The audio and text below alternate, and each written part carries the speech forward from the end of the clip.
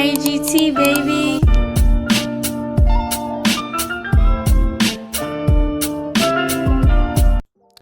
What's cracking, guys? It's your boy Junior Mafia coming back to you with another video. And man, Monday Night Raw fucking cooked tonight. This is what I'm talking about when you put time and energy on building up for WrestleMania. This is how you do it. Oh my goodness. We got to talk about what happened in that segment with CM Punk and Roman Reigns. And this shit has just got even more personal. So personal. But let's not waste no time. Let's get right into it, man. So we had Roman Reigns come out, had that aura as always coming off the yacht, So he comes out there telling Indianapolis to acknowledge him before he can say anything. Punk wastes no time, comes out there and he gets in the ring, grabs the mic and proceeds to say that it's good that you're here and all of that. So, even with the shit that you tweeted and all, like, if you was going to do that for any of these dates, you could have just been home and did all that shit. You had to show up. So Roman proceeds to say, did my tweets, like, had you in your feelings and all that? Like, did they get under you? So Punk proceeds to say, that no, like, them tweets don't hurt me and all that. It's just that shit in my rearview mirror. But for 7 weeks, I got to carry your bullshit all the time. Then brings up and says that them being in Indianapolis, this is where the Shield debuted it and how, he brought him in. So Roman says, like, nah, you brought the other two in. You ain't bring me in. And Punk said, you're right. I didn't bring you in because I didn't pick you and all. And proceeds to say that, you talking about you hate me and all those other things and all that. He said, I already won at WrestleMania because I'm now getting in your head. Like, now it's like, you ranting about all this other stuff right now. Like, I got you beat. And once that was all said and done, Roman out the gate already says, when it comes down to you, it's like, we brought you here only because for the 30 and 40-year-old virgins, and they're talking about to sell out Chicago as always, and all that shit, and brings up and says you're not fit to be a champion. He was saying that when you a liar. He said you going on these tours and you go to these other states and all that stuff, singing, like, thinking that you having a good time and all of that, but in reality, it takes for that one moment for you to bitch and complain and all that stuff. And when they get word in the back, of course, they're going to tell Roman Reigns and says that, once it's done and them, like, ranting about your bullshit, that's when shit's going to start hitting the fan. So he proceeds to says, when I beat you at WrestleMania, that I'm going to have your punk ass on a John Cena retirement tour. And even brought up that, once I win that title, I'm going to send your ass to NXT where you can teach the younger talents and all that. So when you send them up, and I'm going to smash them and all that. And left off. Now it's like, okay, like, now this is really getting crazy now. So Punk grabs him and he was talking about, you saying there and you talking about how you gonna retire me and all that. He's saying like, yo, where you getting this from? Like, you got any, extra Samoan goblins in your pocket and all that, referring to either Solo and the Usos, pretty much backing them up every time, he's in a match. So Punk brings up about, you don't have nobody. He says, Usos not here anymore. They not, here to back you up. I took your wise men for you, and he was saying, yeah, I hang out with your cousins in the back and all that, but it goes to show you that you're just all alone on this journey. And brings up about, you can hate me, love me, I don't care and all that, but you ain't gonna disrespect me. And says that you gonna retire me. He said, now you made the list, and at WrestleMania, Not only I'm gonna beat you, but I'm gonna bury you. And to add the icing on the cake, this man proceeds to say, you won't be alone because I'm gonna bury you next to your father, and walked off. My God, if this match didn't get any more interesting and personal than what it was, that promo right there should tell you that Roman gonna try to kill him. And you see the look on his face after Punk walk off telling him that. And it's like gloves is off now. Like, this is where Edge really gonna get out of hand. Like, it's gonna be a battle of fisticuffs before we even, get to WrestleMania. Because now it's like it went past the level of what it was. And I am here for it. I am here for it. This is how you put asses in seats. When you have something like this and you build it up, you're gonna get people to be more in tune and then wants to be there at WrestleMania. I love this segment right there. That left me speechless. And I know I ain't covered everything about it, but me talking about it don't do it justice. Go check it out for yourself. That's how good it was. And I might replay it back. I'm done with this recording and all because it was just that good. That was cinema. Absolutely cinema. And I enjoyed it. I enjoyed it so much, man. I keep talking about it because it was just bone chilling and all that. If y'all saw that, y'all can relate. You feel me? And I wonder how it's going to continue on for these next couple of weeks now. Because one thing we kept saying a lot, we didn't want CM Punk to be the only one to build up this promo,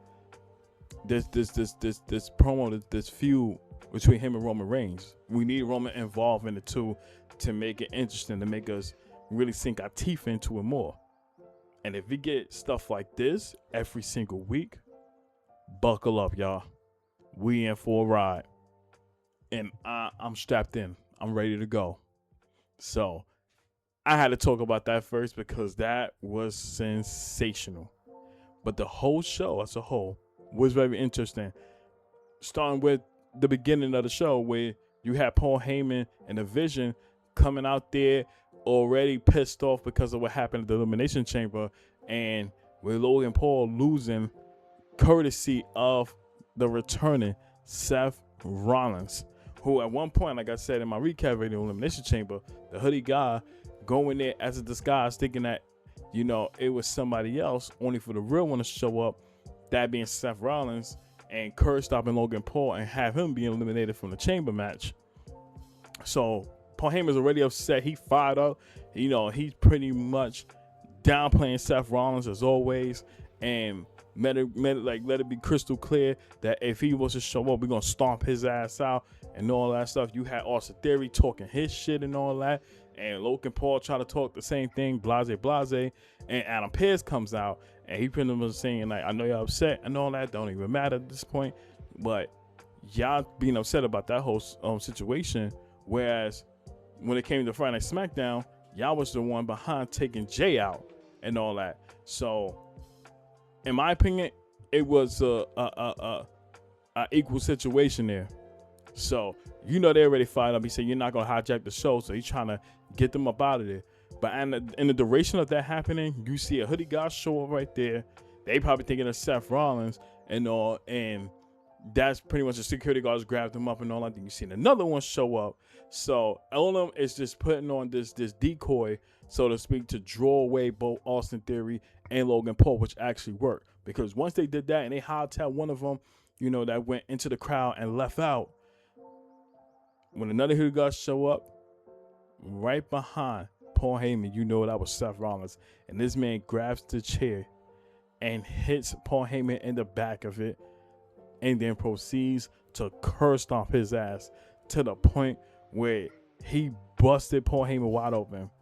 Right in the nose. We got color from Paul Heyman. And that was so fucking good. And you could tell now, Seth Rollins a face. Without a shadow of a doubt, he's a face. So Paul Heyman's bloodied up and all that shit. And they slowly walking him, to the back and all that to go get medical attention and stuff. He get put into the ambulance and all. So you see Austin Theory and Logan Paul there, and pretty much them trying to like tell the ambulance like go, tell Logan Paul go get the car, all that stuff. So as it's happening, and Austin Theory thinking like, okay, Logan got the car, man opens up the driver's side and literally got packed up by Jimmy, and Jimmy is just literally yeeting this motherfucker all over the place. And as you look towards the ambulance area, you see Ally Knight in the driver's seat and all that, and pretty much left for Paul Heyman and all. So at this point, the Vision is literally getting destroyed, and it's like they got problems all over the place now. So, Austin Theory got upset, later on the show and declared that he have a match with him and Jimmy Uso and all that, which in my opinion, we know that it was not going to be a finish to that, because Logan was going to get involved, as I'd expected, end up being disqualification. But Jay music hits. So as they put their attention, they get Jay's coming from the gorilla position. Long and behold, behind him, Jay had a crutch that he tossed over to Jimmy. He grabbed one in there, and they just started going to work and beating them down with it. So that was interesting to see. That was good to see Jay back there now. And I wonder how they're going to transition with the story here too, because even though they got problems with the Vision, and a nice dude does, and now you add Seth Rollins into the mix, I wonder how that whole thing is going to go down and what direction they're going with that. But that was so fucking good to see. Even throughout the show, we had Gunther versus Dragon Lee. Gunther coming out, and before this man can even get into the ring, Dragon Lee come out of nowhere, attacks him and all that, literally packing him up before the ring bell even started. So as it happened, he got a lot of offense, and we think like, okay, it's only a matter of time before Gunther really, put the beats on him and he gets sent to the gulags. And at one point, we thought that was happening when he got caught with multiple power bombs and stuff like that. And to the point Gunther could have won the match, but he lifted him up and was literally trying to pack his ass up. So as that's happening, and you're thinking like, okay, this is going to probably lead to something else. Dragon Lee ended up fighting back. Like, he was, it was at a point where you put your trust in, like, hold up, he could win this match. And he was literally pulling out everything in his arsenal to take down Gunther. And although he lost, it gives you some firm belief that you can somewhat take Dragon Lee serious. Based off his crash outs and for the last 3 weeks that he been doing on Gunther. And then this match right here where he was literally this close to getting him. We don't look at somebody like him, that's going to be sitting in catering and all that, making everybody foods and shit. Nah, it's like we can start to take him a little more serious now. So I like that. That was very interesting to see. And I hope they could continue this momentum for Dragon Lee, because that's a breath of fresh air right there. If we continue to get this every single week for him, that's somebody you can take serious and say, okay, we can, work something with him and all that shit. So I'm looking forward to seeing that, for weeks to come and what they do with him. Then we get a backstage interview with, not a backstage interview, but it was a conversation with Dom, and he was talking to JD McDonough and Finn Balor. And Finn, you pretty much try to downplay, Finn Balor losing to CM Punk and all that. And we're saying that, now with that, you losing and your championship opportunities in the rearview mirror, now you can help me retain my IC champion. So Finn, like straight up, like, listen, I told you this already plenty of times. We're not going to be able to help you win your match. Like, you got to win on your own. He's saying, no, not to win it, like help me win it, but be there to celebrate with me when I do beat Penta. So you already know the season's already planning. I already said that for these last couple of weeks that the Judgment Day is starting to dismantle. And definitely after what happened with Punk losing to CM Punk. I got tongue twisted. Finn Balor losing to CM Punk. That he was gonna make sure that Dom loses. And lo and behold, when Penta and Dom has their match and all that, match is very interesting and all. At points we thought, okay, Dom was gonna actually win it and all that retain, you know, just based off JD McDonough and Finn Balor being there. But of course, there was some shenanigans where Finn did end up getting involved to a certain degree, but it distracted Dominic. And that was when Penta was able to take advantage of it, and he hit Dominic with the Penta driver and pin him for the 1, for the 2, for the 3, and you have a new IC champion, which threw all of us off. Like I was going off the assumption of it will be Dom versus Finn Balor at WrestleMania, and that was when Finn will win the championship there. But to see Dom drop it already to Penta caught me off guard. You know, and you know something, I'm okay with that, because I always said when it come out to Dominic, he rarely defended that IC champion. It was just saying that collecting dust. Like, it was rare occasions he would defend it, and it's also going to be some cheating shenanigans that would have him retain it. But to see this happen now and Penta win it, it's only going to be better now that he's champion. And I look forward to seeing, you know, who his opponents is going to be going forward. But this right here also setting up for Dom versus Finn Balor at WrestleMania. I thought it would be for the title, but I guess not. I think it's just going to be a regular match. And you know what? I'm here for it too, because I feel it could also build up to that as well. So that was interesting and all. But overall, Monday Night Raw was so fucking good. If I had to give it a rating, it's going to sound crazy, but I'm giving it a 10 out of 10. From the start of it and all that, there's some of the matches on there being very interesting, and of course, the icing on the cake, the CM Punk and Roman Reigns segment to close out the show. Chef kiss. Chef kiss. If you haven't seen it, please go check it out. My words don't do it justice. It was that good. But comment down below. Let me know what you feel about Monday Night Raw. Is you excited for Roman Reigns versus CM Punk at WrestleMania and the build up towards it? You know, I'm definitely looking forward to it. No, I cannot wait. I was gonna go live, but I had a root canal earlier today, and I'm still recovering from it. So it's getting better now. But also, you know, I had to do this recap video immediately and get this out. So I'm excited for it. But let me know in the comments down below how y'all feel about it. But I appreciate y'all love and support. Continue to keep God first. Trust the process on anything that you do at life. Your time will come. And I'm going to catch you on the next video. Peace.